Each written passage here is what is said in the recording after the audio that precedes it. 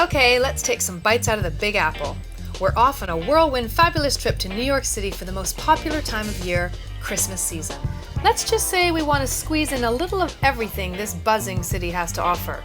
Sightseeing, shopping, arts and culture, and some Christmas fun, of course. Oh, but where do we start? Well, let's get down to business. One main reason we all flock to the Big Apple at this time of year is for some retail therapy and Christmas bargains. Now let's face it, pretty much anywhere you go in Manhattan, there is fabulous shopping. With its countless stores and boutiques, New York City lives up to its reputation as a shopping capital. With so many possibilities, there's just one problem: where to begin. The best bet is to start big, with the iconic department stores, where you can experience a grand bazaar's worth of offerings in one location. You can ogle high-priced designer wares, or choose to pick up more affordable gifts for yourself or loved ones. Also, during the Christmas season, you can expect to see some of the world's finest and most elaborate window displays, making window shopping all the more fun. And if you come in January, you'll get to take advantage of all the after-Christmas sales too. Now, with parcels in tow, it's off to Rockefeller Center to see the most magnificent tree in the world. This year, the tree lighting ceremony takes place on November 30th, so you'll see its brilliant lights from that point on, a definite must-see. While you're there, why not enjoy a little ice skating? And speaking of skating, you can also get your fill over at Bryant Park, opening October 29th. And of course, skating at Central Park is always a treat from mid-October onward. As you've probably worked up a good appetite running around and hailing cabs, I would ask one of the locals, who are actually usually very friendly, where their favorite places to eat are. Watch out for New York's best and trendy restaurants in our upcoming episodes. But for now, we need to keep buzzing along at a New York pace. Become a true New Yorker by grabbing breakfast, a bagel and coffee on the go.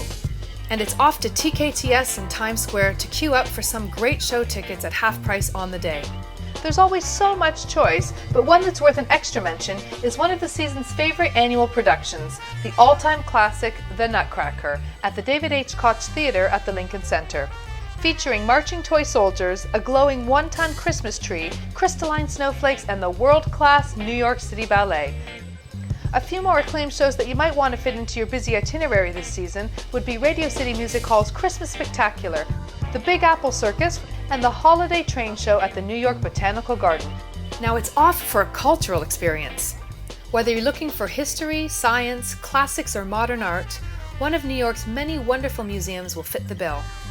Our stop this episode is the Metropolitan Museum of Art, located on the border of Central Park on Museum Mile.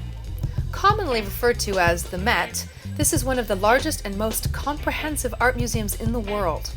Aside from their usual array of artwork, the museum continues a holiday tradition presenting its Christmas tree as well as a vivid 18th century Neapolitan nativity scene.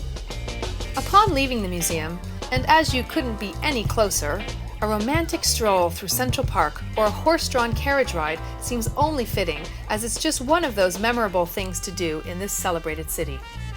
Now, each episode will try to cover a different iconic landmark, but today we've chosen to visit one of the most famous, the one, the only, the Empire State Building. Take in panoramic vistas of New York City from its highest viewing point. Whether on a clear day or a starry night, this stop is a must for any visitor, which explains why its lines, or queues if you will, are equally famous. To avoid long waits, get there very early or very late. High-speed elevators shoot visitors up 1,050 feet to the Art Deco masterpiece's 86th floor observatory, where you can either peer out at the city from the comfort of a glass-enclosed pavilion, or brave the elements on the open-air decks lining all four sides of the city. The best part is that you can go practically any time, as the visiting hours are from 8 a.m. to 2 a.m., 7 days a week. We could go on for days or even weeks, leading you from one exciting place to another in this, the city that never sleeps. But as this was only a quick winter getaway, we'll leave it there for now. Believe me, no matter what you choose to do here, it will only make you go home wanting more. So, until the next bite of the Big Apple. Right, so tomorrow it's the Statue of Liberty, and then maybe the Museum of Modern Art. Oh, I wonder if those shoes are still at Macy's. Yes, definitely.